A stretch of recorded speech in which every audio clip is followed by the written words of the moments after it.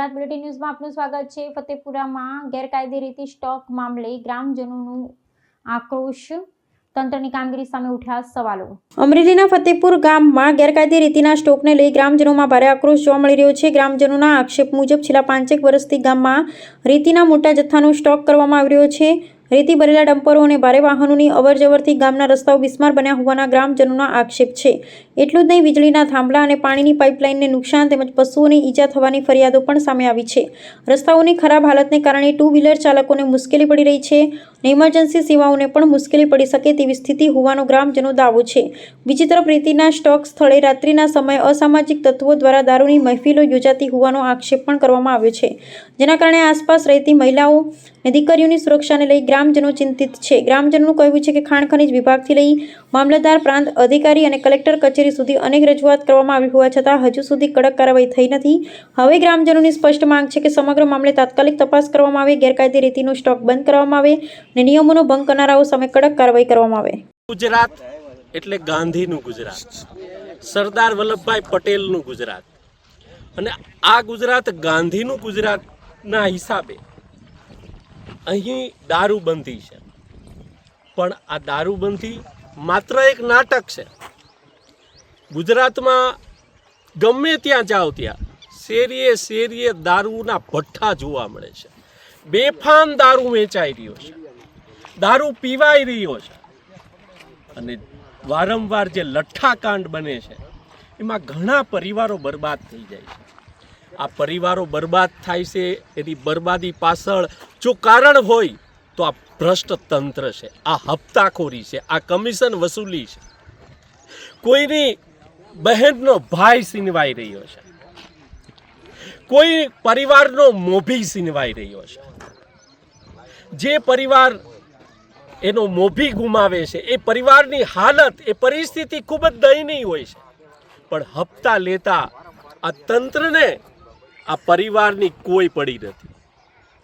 આ ગુજરાતના સત્તાધીશો દારૂબંધીની વાતો કરે છે, કડક કાયદાની વાતો કરે છે, કડક કાર્યવાહીની વાતો કરે છે, પણ આ વાતો બધી ફોગટ છે।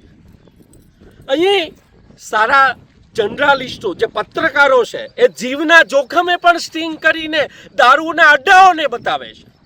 સુરતમાં 1.5 કલાક સુધી લાઈવમાં દારૂ કેવી રીતે મળે છે એનું સ્ટિંગ એક ચેનલ દ્વારા બતાવવામાં આવ્યું।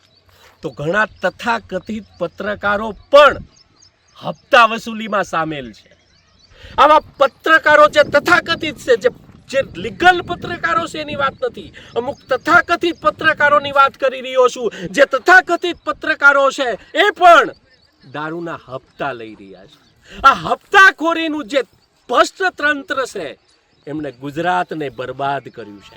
જ્યાં જુઓ ત્યાં દારૂ બેફામ વેચાઈ રહ્યો છે, અને દારૂબંધીનું નાટક એ ખાલી પોકળ વાતો સાબિત થઈ છે। હું અહીંયા મારા જે કેમેરામેનો છે બધાને કહીશ કે જે દારૂ અહીંયા આજે અમે ફતેપુર ગામમાં છીએ ત્યાં બેફામ રેતી ચોરી થાય છે, ખનીજ માફિયાઓ બેફામ બન્યા છે, અને એ બધા પણ અહીંયા રાતના આવીને દારૂની પાર્ટી કરે છે, મિજબાનીઓ કરે છે, અને આ લોકો બધા મસ્ત છે।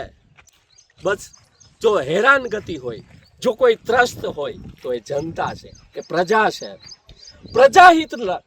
પ્રજાહિતના કામો, પ્રજાલક્ષી કામ આ તંત્ર ક્યારે કરશે? ક્યારે જાગશે આ તંત્ર? ક્યારે જાગશે આપણા જનપ્રતિનિધિઓ જે આપણી પાસે 5 વર્ષે મત માગવા આવે છે, અને જ્યારે મત લેવા આવે ત્યારે બહુ મોટી મોટી બડાઈઓ આંકે છે, મોટા મોટી ફાંકા ફોજદારીઓ કરે છે, પણ જનતાની સલામતી માટે, જનતાના રક્ષણ માટે કોઈ કામ થતા નથી। જે કામ થઈ રહ્યા છે, કોઈ પણ ડિપાર્ટમેન્ટમાં જાઓ ત્યાં લાગતા વળગતા મળતિયાઓના કામ થાય છે, જનતાનું કોઈ કામ થતું નથી। જનતાની સમસ્યા એમને અંકમત પડી રહે છે। જનતા ઓફિસોના ઠોકરો ખાય છે, ઓફિસો જઈને પોતાની રજૂઆતો કરે છે, સાંભળનાર કોઈ નથી। આજે ફતેપુર અમે ઊભા છીએ, અહીંયા રેતીનો સ્ટોક છે, અહીંથી વારંવાર ફોન કરવામાં આવ્યું, હજુ સુધી તંત્રની ગાડી આવી નથી। આ બધાય રિશ્વતખોરીઓ, હપ્તાખોરી એ માજામુકી છે। એ ખનન માફિયા હોય તોય ભલે, બુટલેગરો હોય તોય ભલે, જ્યાં જુઓ ત્યાં કમિશનખોરી હપ્તાખોરી જોવા મળે છે અને એનો ભોગ જનતા બને છે. મારું નામ જગદીશભાઈ બચુભાઈ પરમાર અને પ્રતિનિધિ તરીકે અને એક ગામના નાગરિક તરીકે અહીંયા અવારનવાર અમારે આ રેતીના સ્ટોક થતા હોય અને ગામ લોકો અને બૈરા રહેણાંક વિસ્તારને તકલીફ થતી હોય અને નુકસાન પણ કરે. લાઇટોના થાંભલા ભાંગી નાખે, પાણીની લાઈન તોડી નાખે, પછી ગાવું બેઠીને ગાવુંને ઈજા કરે છે. એટલે અમે અવારનવાર આ ખનીજવાળાને રજૂઆત કરેલી. એ તો ઠીક પણ આ સડકે વાહન હાકે છે કોઈ બે ફાર્મ, કોઈ બ્રેક નહીં, કાંઈ નહીં. હવે કોઈક મરી ગયું હોય તેનું શું અમારે કરી લેવું? અને અત્યારે ટુ વ્હીલ હાલે એમ નથી, એવો રસ્તો કરી નાખ્યો છે. હવે આ ગમે 108 કે આવી હોય તો એ 2 કલાકે તો અમરેલી પૂગે એવો રસ્તો થઈ ગયો છે. અને અહીંના ગામ લોકોને કોઈ પણ પ્રકારનો હેરાનગતિ કરવામાં આવે છે. હેરાનગતિ સાહેબ પૂરેપૂરું. હવે એમાં એવું છે કે અવારનવાર આ રેતી લોકોને કહે અને ડ્રાઈવર તરત એવું કે તમે અમારા શેઠિયારે વાત કરો કે તમને કોણ દબાવે છે નામ નથી તેમ. ભાઈ અમે કોઈ શેઠિયાને ઓળખતા નથી. અમે અને લોકોને અવારનવાર આવા પ્રશ્ન રહે છે તો જેથી કરીને એ લોકો કોઈ હારતા જ નથી કે ભાઈ અમારે અહીંયા કેમ જાણે જગ્યા ભાડે રાખી હોય પોતાની હોય એવું વર્તન કરે. અને અહીંયા જે રજૂઆત વારંવાર તમે જે કરેલી ખાણ ખનીજને લોકોની, તો ખાણ ખનીજ મામલતદાર, પ્રાંત અધિકારીને, કલેક્ટરને, છેલ્લે ગાંધીનગર હોતા આપેલી છે અરજી. અચ્છા, કોઈ અહીંયા આવેશ તમારે કેવા ધ્યાન જ નથી દેતું. કોઈ આ બાબતમાં કોઈ એને પગલાં લેતું જ નથી. અને અહીંયા ટોક બનાવ્યો છે શેનો? રેતીનો. અમારા બેન દીકરીઓને સંડાસ પાણી ક્યાં જવું? અમે બાજુમાં બાજુમાં જ રહેવી છે. અને અહીંયા જો પ્રોગ્રામ કરે મટનનું, દારૂ, અમારે સંડાસ પાણી ક્યાં જવું? કેટલા વર્ષથી ટોક છે? 5 વર્ષ. શું માંગ શું છે તમારી? વિધુબેન તમારી માંગણી શું છે આ માટે? અહીંયા હટાવી દો, બંધ કરાવો. અમારે સંડાસ પાણી બેન દીકરીને ક્યાં જવું?